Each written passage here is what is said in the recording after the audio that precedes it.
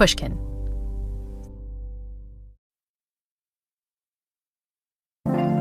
Modern parenting has its challenges. Lunches to prep, laundry to do, homework to help with, soccer drop-offs to shuttle. There's just a baseline level of stress and busyness that comes with being a mom or dad today. But life sometimes turns in ways that sends these usual parental burdens into stress overdrive, like when there's a scary health diagnosis, or a death in the family, or a job loss. What wisdom can moms and dads turn to during these extra difficult parenting moments? What can you do to find solace as a caregiver when it feels like you're the one that needs care? Well, today's two guests have some answers. As the power couple hosts of the hit podcast, We Can Do Hard Things, best-selling author Glennon Doyle and soccer legend Abby Wambach are used to handling tough family situations. Since getting married a few years ago, the pair have navigated the typical challenges of raising 3 teenagers. But recently, as Glennon explains, life decided to hurl a series of nasty plot twists their way. A couple years ago, all within like a 6-month period, I was diagnosed with anorexia. Abby lost her beloved brother, Peter, and our sister, Amanda, was diagnosed with breast cancer. And this weird thing happened was, you know how in your friend groups or in your family, there's usually like one person who is okay. And so when you lose your shit, you can go to somebody to remind you of who you are or of what is true. And so I think for the first time, everybody was unmoored. How do you cope when your entire family support system is falling apart, when everybody is unmoored? Well, Glennon and Abby decided to turn to what they do best on their show, sharing short bursts of wisdom with one another. Like for Abby, I was writing things down for her about grief. A lot of the things that we had talked about on the pod, like moments that were anchoring and grounding to remember. Abby was doing it for my sister in terms of like health and recovery and resilience. And I and Abby were collecting moments of wisdom about body peace and all of the stuff I was going through. I think when I think about it now, I think we couldn't find the hope and wisdom inside of ourselves, so we were externalizing it. And they became these like little treasure chests that we just kept returning to over and over again. And I ended up sending it to a friend who said, well, this is the most helpful thing that anyone's ever sent me. And she was joking, but she said, can you make something like this for every category of life? And so we laughed. And then I said, wait, we should do that. Because I've always wondered why in moments of like challenging moments in life, the times when you most need to access what you know and your wisdom, you lose it.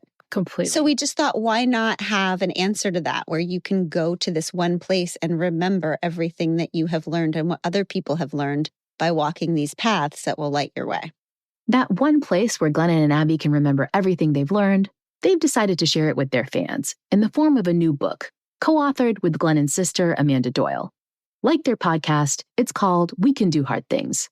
And this little treasure chest of advice in book form wound up becoming much larger than at least Abby expected.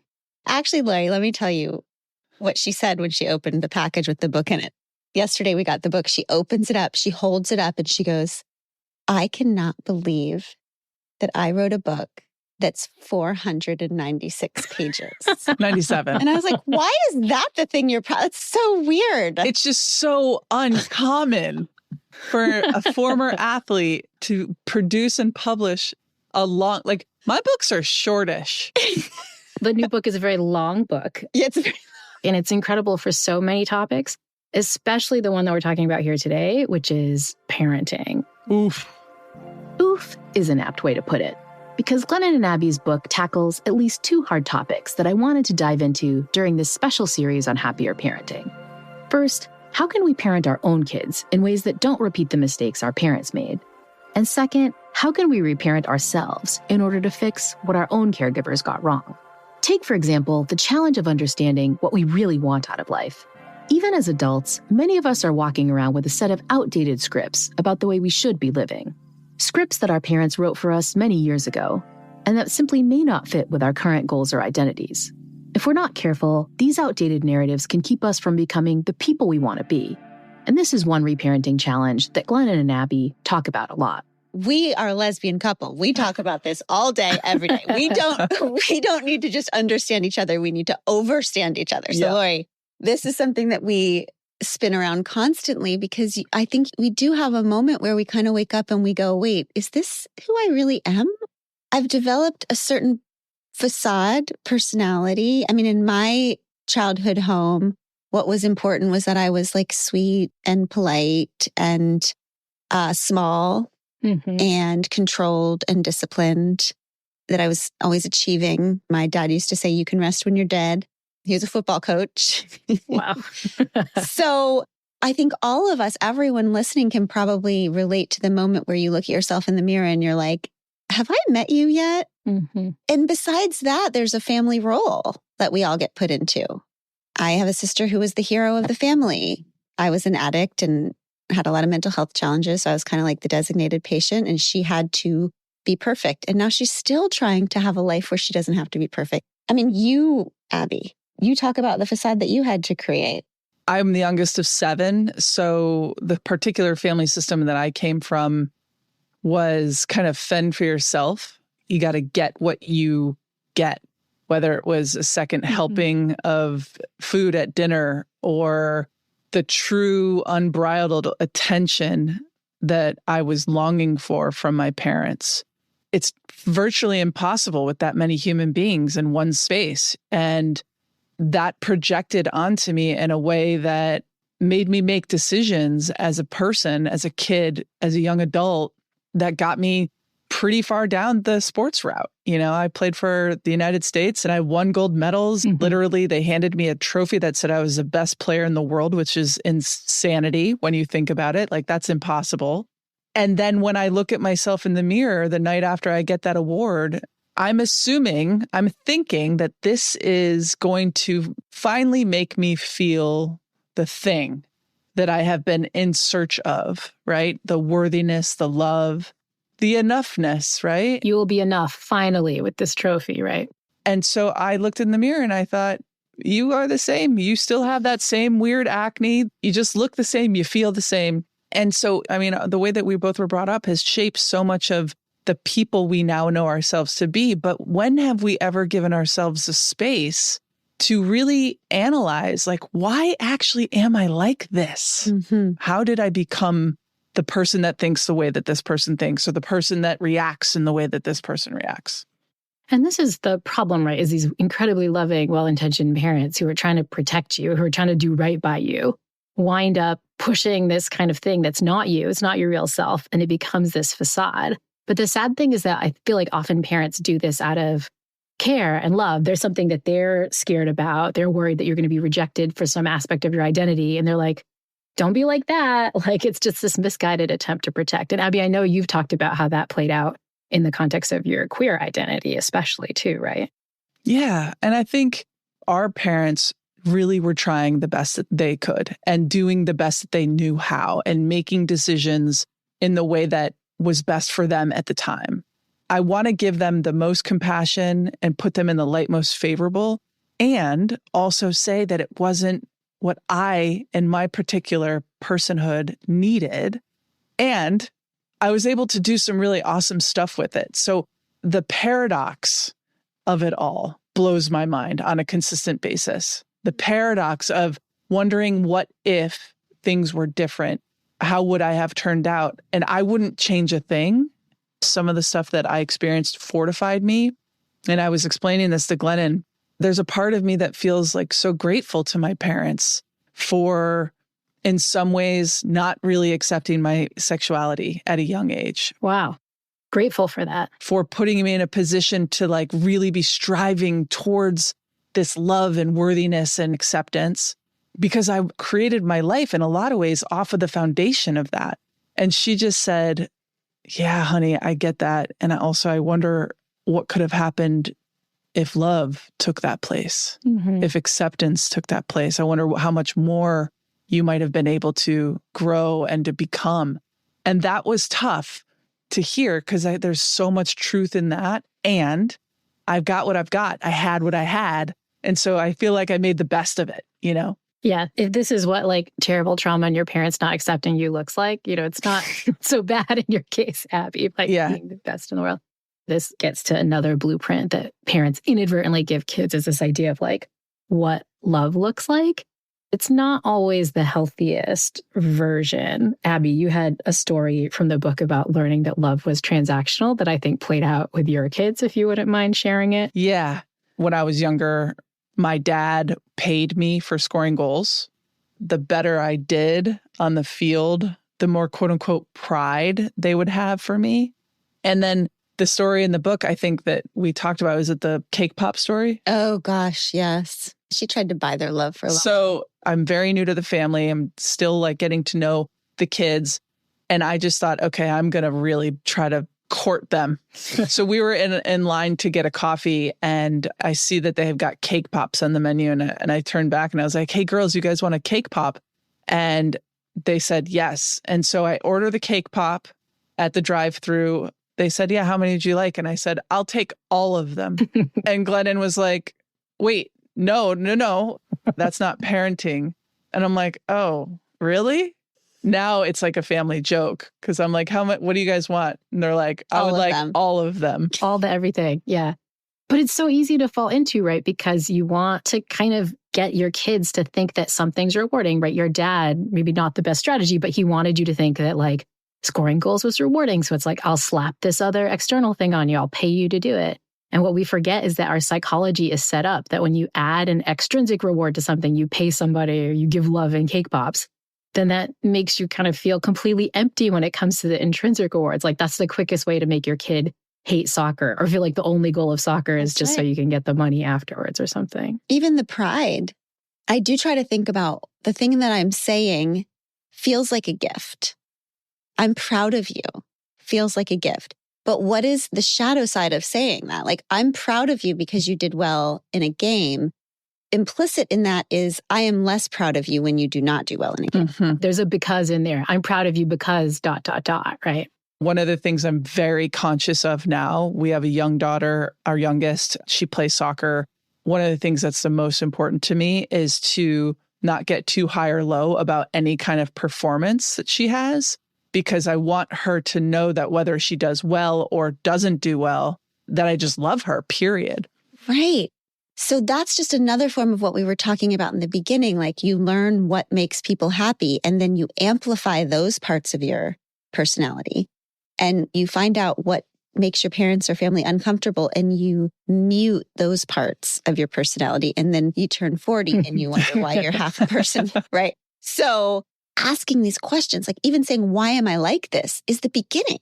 Because inherent in the question is the moment where you start to notice the water you're swimming in, which is being conscious. Like if you don't notice the water you're swimming in, you just think that's the way it is.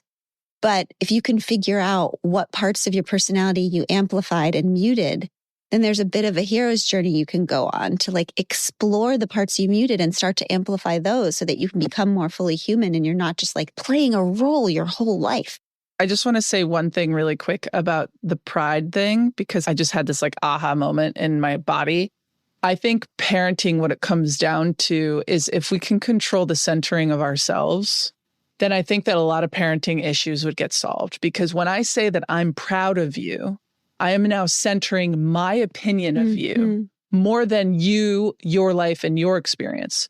So what we say is, I'm so happy for you. Because that is how I feel. I feel so happy for you.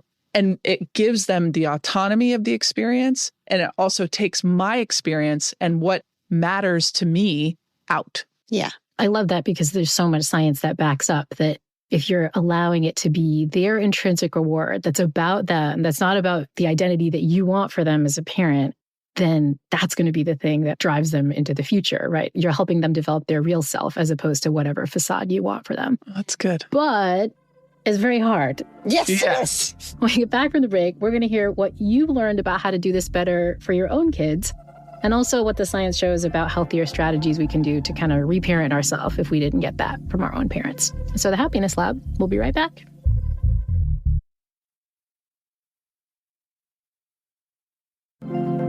In their new book, We Can Do Hard Things, podcasters Glennon Doyle and Abby Wambach explore the complex experience of raising 3 children while trying to come to terms with their own complicated childhoods.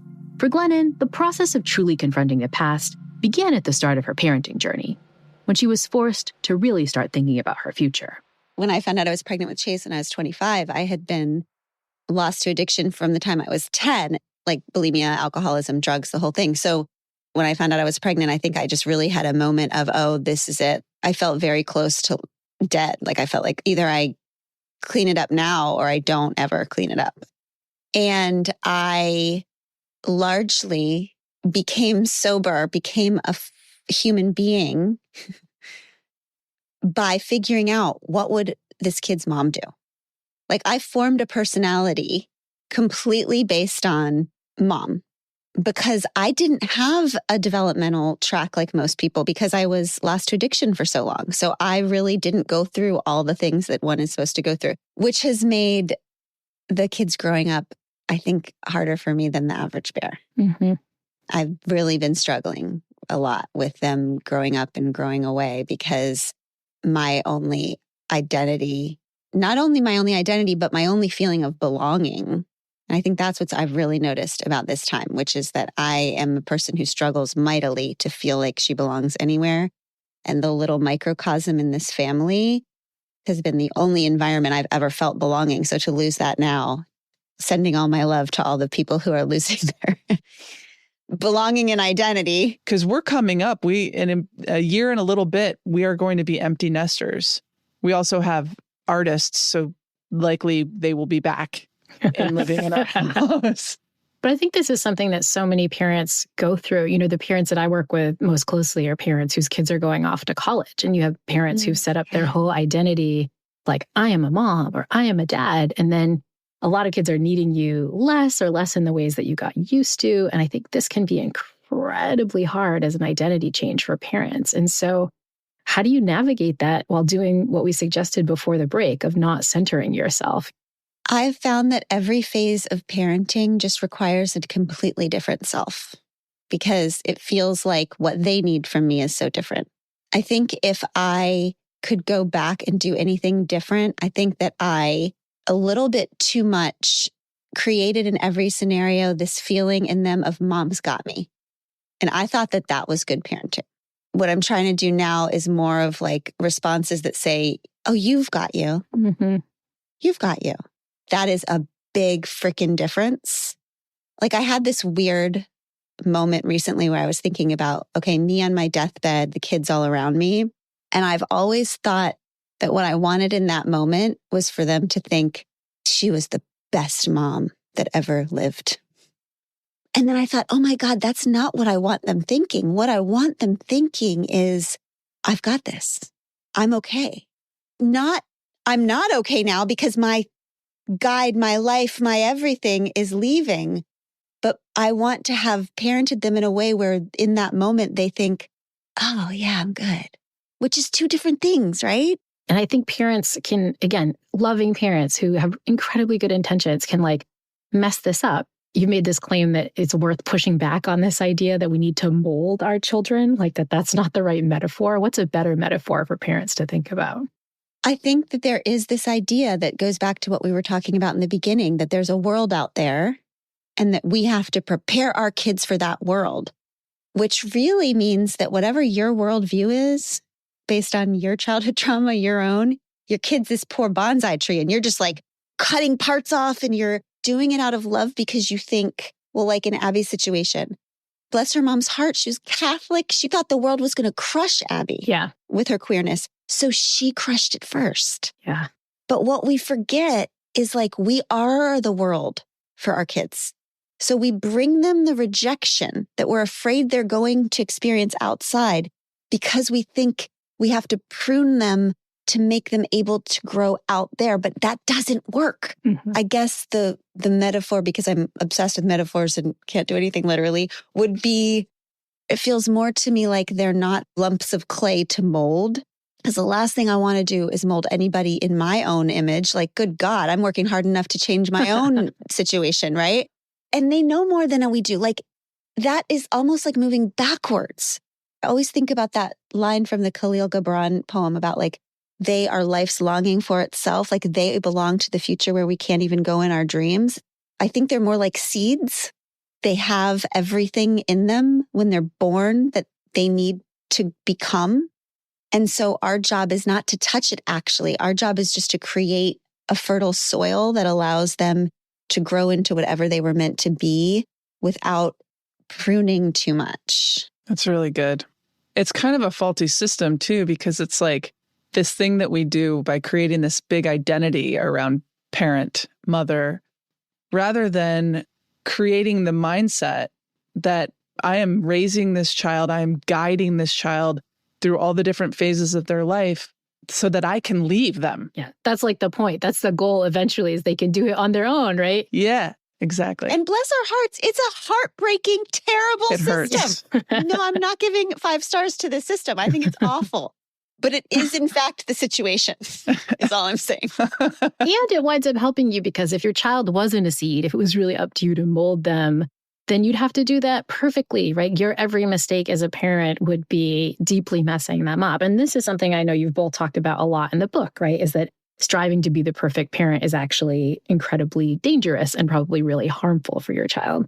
Part of what you need to do as a parent is that you have to show your humanness, right? Yes. What I've been playing with lately is becoming aware of your repetitive behaviors and how those affect your children. And I'll give you an example, because this was like a breakthrough for me that just happened.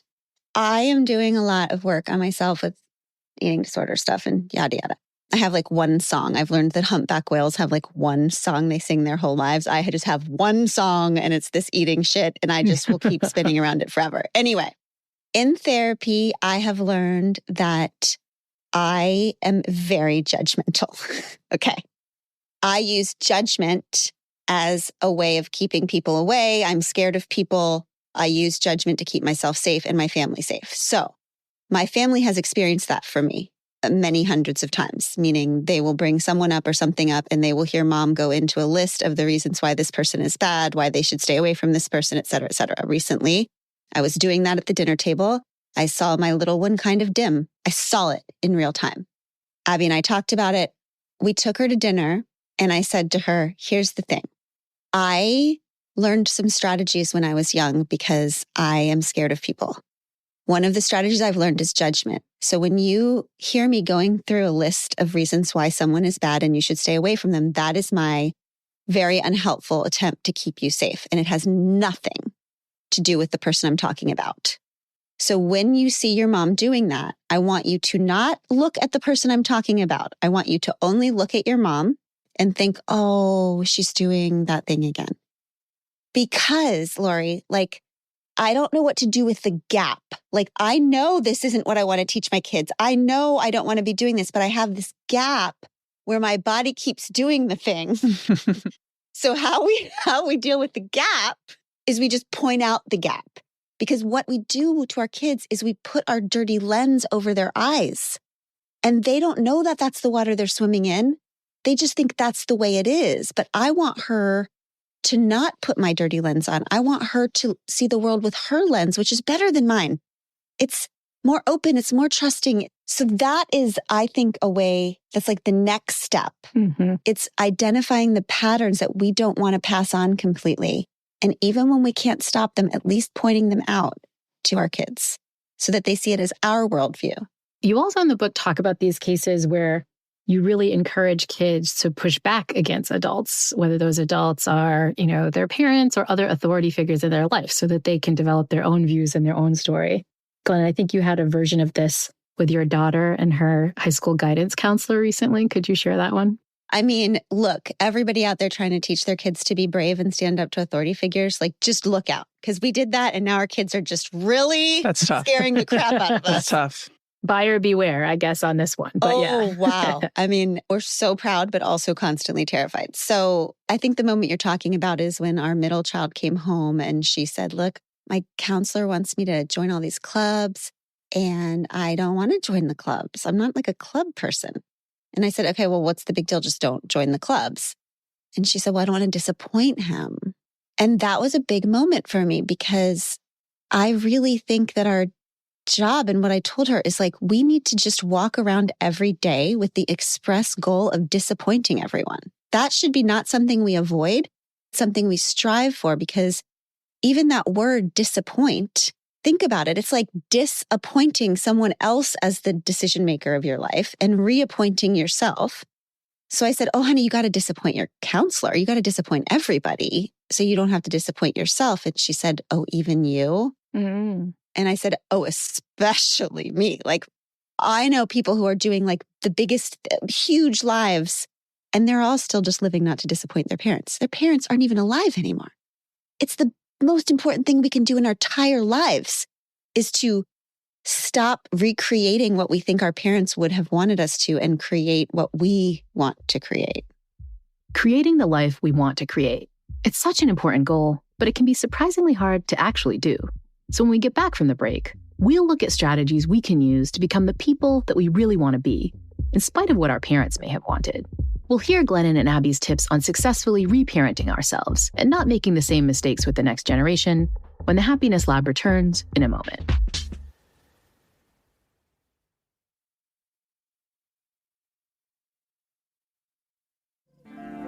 It's no secret that parenting can bring up lots of unresolved experiences from your own childhood. Watching your child mess up might trigger your own memories of feeling criticized. A big move or divorce may lead you to reflect on how your parents navigated big life transitions. In their new book, We Can Do Hard Things, Glennon Doyle and Abby Wambach explain that we can embrace these moments as opportunities, not just to do better for our own kids, but also to reparent ourselves. I had this experience with my kid early on when I got into the family. We do kind of nightly ritual where we lay in bed and we'll take a moral inventory of the day and things that didn't sit right with us. And one of the things that wasn't sitting right was the way that I responded to our youngest, who came to me and said, my knee hurts. And I just went into the way I was parented. I basically said, you'll be fine, in not so many words. Toughen up, buttercup. Yeah. And it felt very like I was pushing her away. And that was kind of the way that I was raised. And I think in this moment, when I was telling Glennon, she just said, well, you can apologize to her. And I was like, I'm sorry, excuse me? Head blown, yes. And I'm like, but parents don't do that. Parents don't apologize. That had never happened in my whole life. So the next morning I wake up and Emma's eating her cereal. And I kind of explained the story, like this thing happened last night and you came to me with your injury and I didn't handle it right. And I'm so sorry. And I want you to always feel confident and comfortable coming to me with anything, even if it's a toenail that you're feeling uncomfortable about. And she just was like eating her cereal and she was like, okay, great, moving on. And it was this really important moment for me that not only did it feel unnatural to apologize to a child, my own child, but it also felt very healing. Like, I think that what we get wrong is that we think that we are just the way that we are, and this is the way that it will be. But parenting is this beautiful, unique opportunity to reparent ourselves.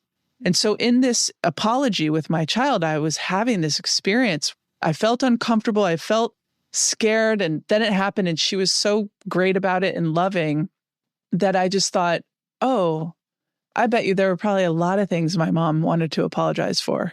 And maybe she can't find the words for it. Abby, you brought up the idea specifically of parenting ourselves, like reparenting ourselves. Why is it so important? Being the youngest of 7, I was always watching my parents and my brothers and sisters and trying to figure out what worked for me, what I would do different. And then you get to do that with your kids. You get to then express your own idea of parenting on your children. But I didn't know that there was so much possible healing in it for me in the ways that I wasn't parented that I might have needed. And we do have to analyze and think about really from the beginning, why am I so anxiously attached? Oh, probably because my mom didn't hold me as much as I needed to be held because there were 6 other people that she was having to fend off of her body. Probably because every single one of my brothers and sisters left to go to college. In fact, when the oldest went to college, she was kind of my second mom. She was the one that was holding me and changing my diapers. And when she went to college, I was starting to act out. So they brought me to a therapist, like a school counselor. And I said, I think that my sister Beth died and nobody is telling me about it. And so parenting and reparenting has to begin with actually really doing a deep dive on the environment that you grew up with.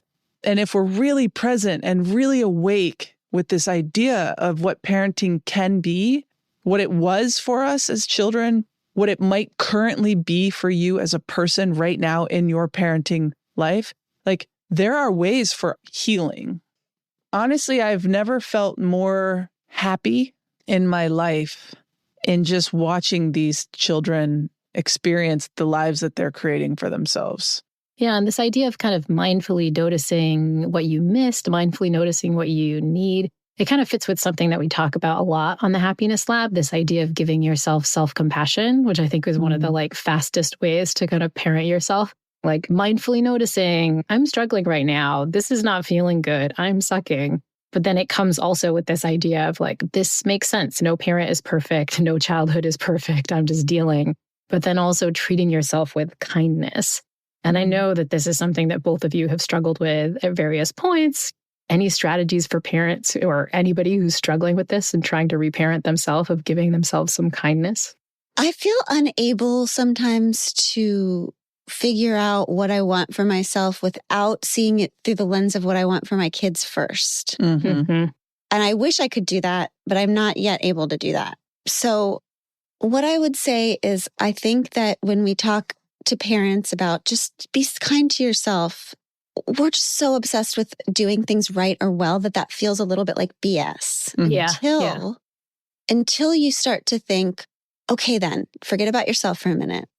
You think about your kid, and when your kid makes a big mistake at school, or your kid feels left out, or your kid says something awkward, or your kid loses a job, what do you want them to do after that? You probably don't want them to feel like, I'm such an idiot. God, I suck. I just am the worst. Like, okay, so if that's not what you want for them, because the only thing we know about human beings really is that they're just going to keep screwing up constantly. Like, that's just what we do. So since that's the model we have to work with, we know that's going to happen to them. The only way that they're going to have a self-compassionate inner voice is if they've seen that. That's what got me. I wish what got me is just like, obviously, you should be kinder to yourself. But thinking what I want my kids to have as their inner voice when they screw up is what I have to become and model. That's what reparenting is. Yeah. And I think that's such great advice because there's evidence from Kristen Neff's lab at UT Austin that if you want your kid to develop a self-compassionate voice, you have to model that self-compassionate voice and ideally model it out loud. Like Abby, your story about apologizing of like, Mom messed up. I probably should have been nicer to you about not feeling well. I'm going to try to do differently in the future. I'm going to take some time to think about this.